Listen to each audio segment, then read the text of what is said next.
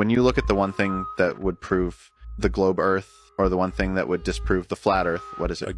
I don't know. You tell me. It would be a linear flight path, okay? A linear traverse directly down past South America, down to Antarctica, and without breaking that straight linear path, continuing through the continent and back up the other side into the Indian Ocean. Like, this would literally end the debate. It would be the single biggest piece of evidence for the global model. They've done it already. It was called One More Orbit. Right. Except they actually didn't look at their flight path. So they left off the tip off South Africa. They went to the 90-degree South Pole mark. And then they literally hit a sharp 60-degree turn towards South America. They never crossed over. They didn't even alternate sides of the hemisphere. They evaded a linear path. My God. What the hell? No, it can't be. Yeah, man, I know. Globers will still refer to the One More Orbit expedition as if it disproves anything. Meanwhile, they never really look into the intricacies of anything. This is exactly why they just believe whatever they're told. Interview with the pilot. Now landed in Malaga. Can I speak with the pilot? Yeah? Hi. Thank you very much for letting me in. Guys, my one question is, obviously everybody asking the same question. Is the Earth is flat?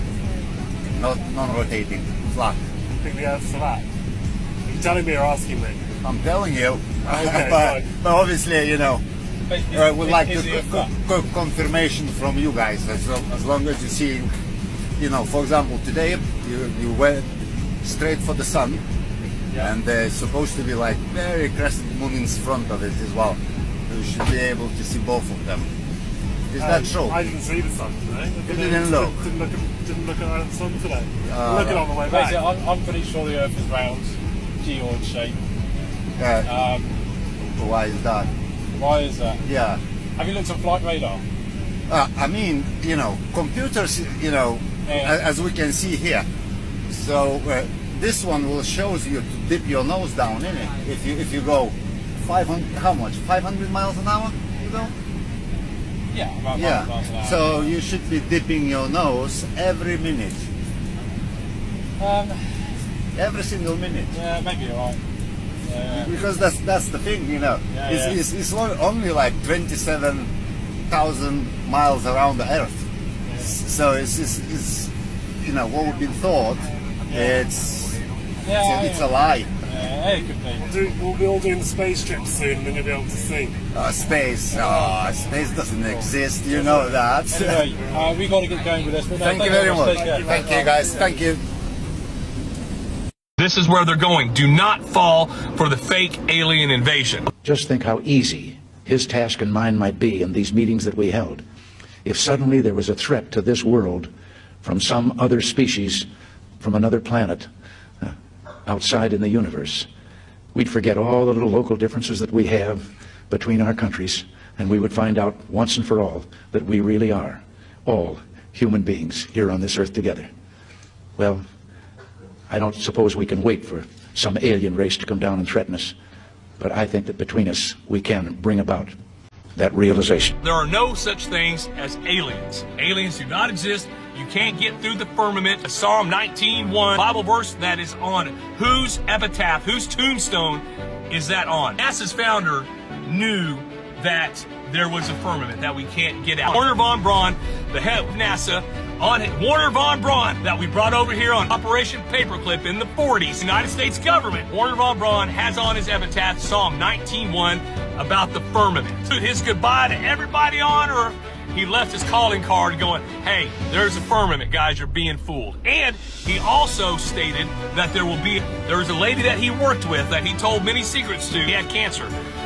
That there was going to be a fake alien invasion. Project Blue Beam. This is all of the UFOs, these quote-unquote UFOs, three-dimensional projected images in the sky that they're going to fool the whole world with. You know, we're being attacked, they'll make it stop. Hellgaian dialect to top down, bottom up, inside out. They create a problem, we scream for a solution, and they go, here's your solution. That's what this is all about. That's why you cannot be scared. Fear will ruin your life, where you can't make any decisions left, right, straight, back, right, or wrong because you're so scared. All of it is a big show to implement things that the New World Order system wants. You have to realize that. Do not be scared. Put on the armor of Yahweh and understand there is a higher power. There is a place that we're going to end up going, and the people running the show want your soul. This fake alien invasion is fake, number one, but it's going to be so hard to discern what's real and not real with things happening. So you got to understand when it's happening, it's governments doing it. You do not fall for this fake alien invasion. Understand the whole reason the flat earth was hidden, the whole reason this round world model came about was to disprove the existence of Yahweh. It came through the Jesuit order and the scientific revolution, and then after that we had Darwin and the doors were open. Okay, that's where it all started. So you live on a stationary construct. Period. Understand that we're not a ball rolling through space, and the Earth's not spinning at 1,000 miles an hour, and then around the sun at 66,000 miles an hour, and through the galaxy at 500,000 miles an hour. All that is fairy tale. Understand? Fake alien invasion's coming. Don't fall for it. Keep vigilant. It's the middle of summer. Check the time, it's just after 12 o'clock. It's 12 o'clock midnight though. Alright, some of you guys were requesting the full-length video of the fake Antarctica 24-hour sun at McMurdo, and here we are. If you notice the mountain behind the man, it has no freaking snow on it.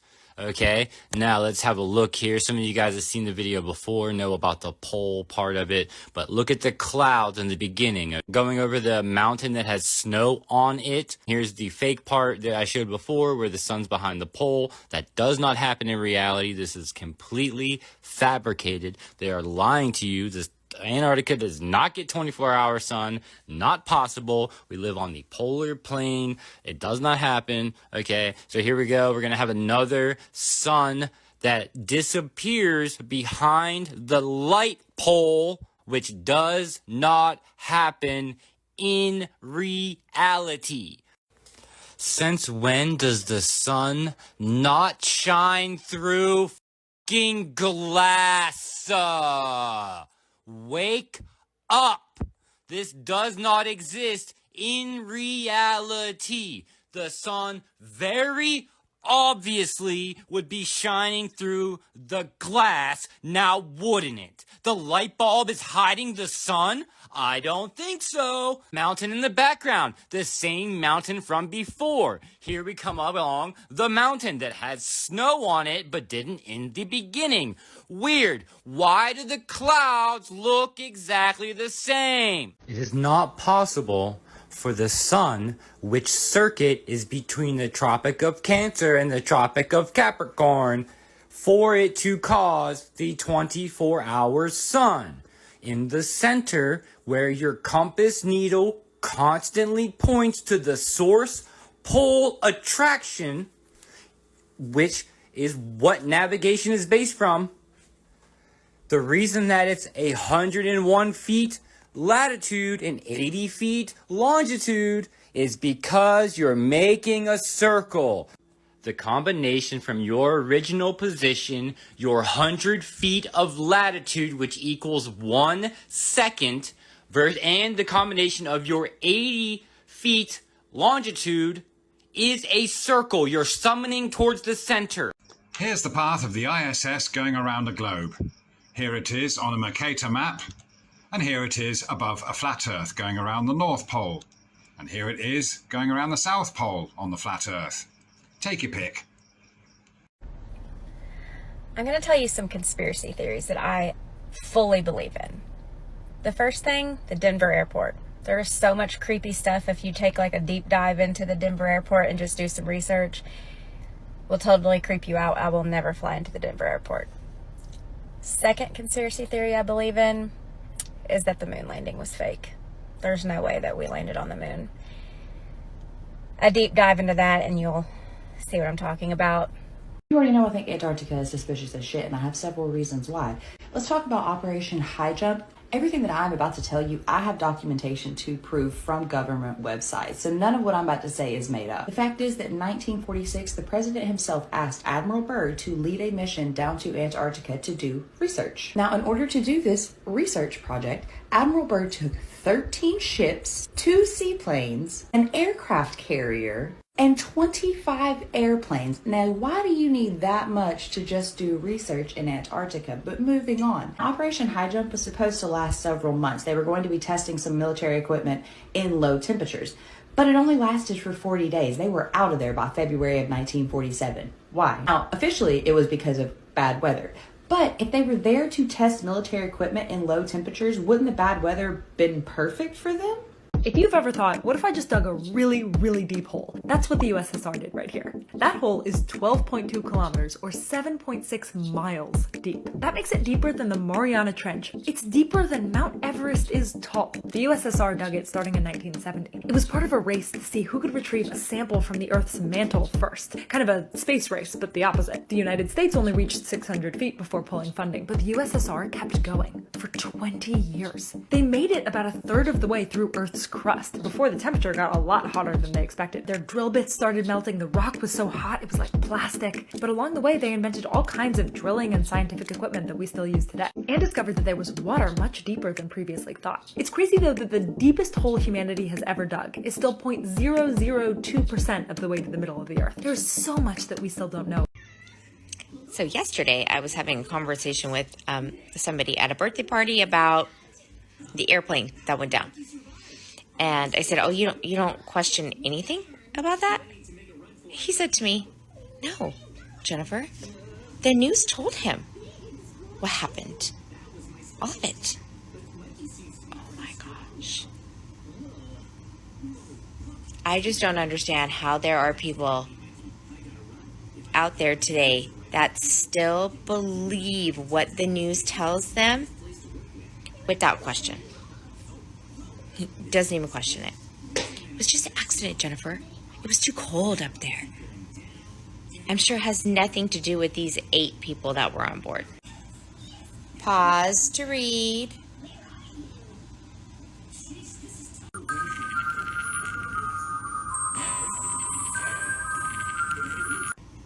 If you guys still in today's age, 2024, believe what the news tells you, you are not awake. And you're not going to wake up. If you guys do not question things, you're not going to question things. You're not going to wake up. These things happen for a reason. They are not just accidents, like the media will have you believe. That's how the media works. Control and manipulation. They tell you what to think. They tell you what to feel. And you eat it up. Hook, line, and sinker without question. Because they've conditioned you since kindergarten to be that way. And no, not everything is a conspiracy theory. But it's interesting how all of these conspiracy theories always end up correct. That's why looking at the sky is helpful. No, this is why it's a fallacy. Wait, let me quickly, because Einstein and those guys knew why this is a fallacy that you guys are saying. You want to know why?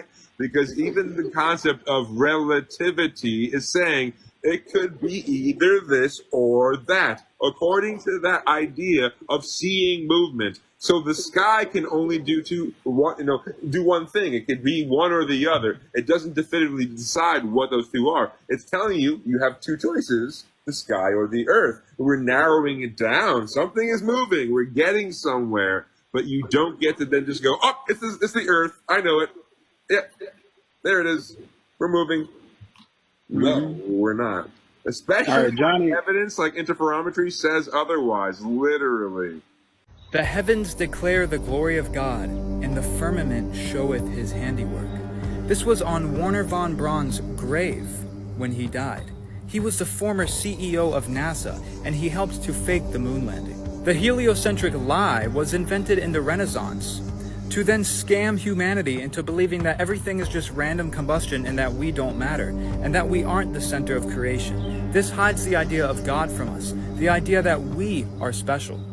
We are locked in an electromagnetic torus field on the plane of inertia between two opposing forces, electricity and magnetism. The apple is representative of a torus field.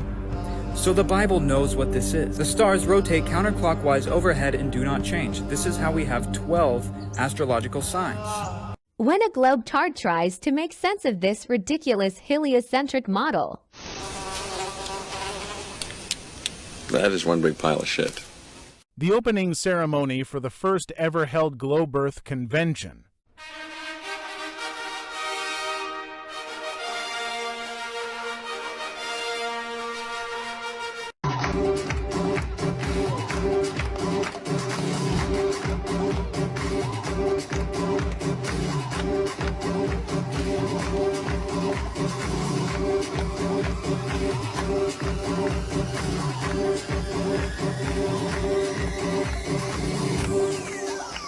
Mountains are not real.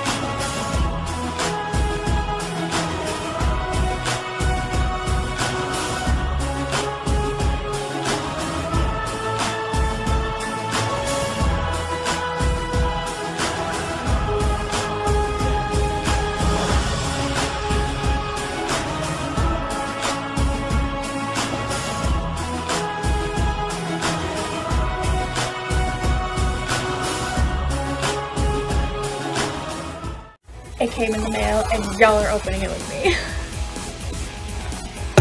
Ooh. Smell it. Woo!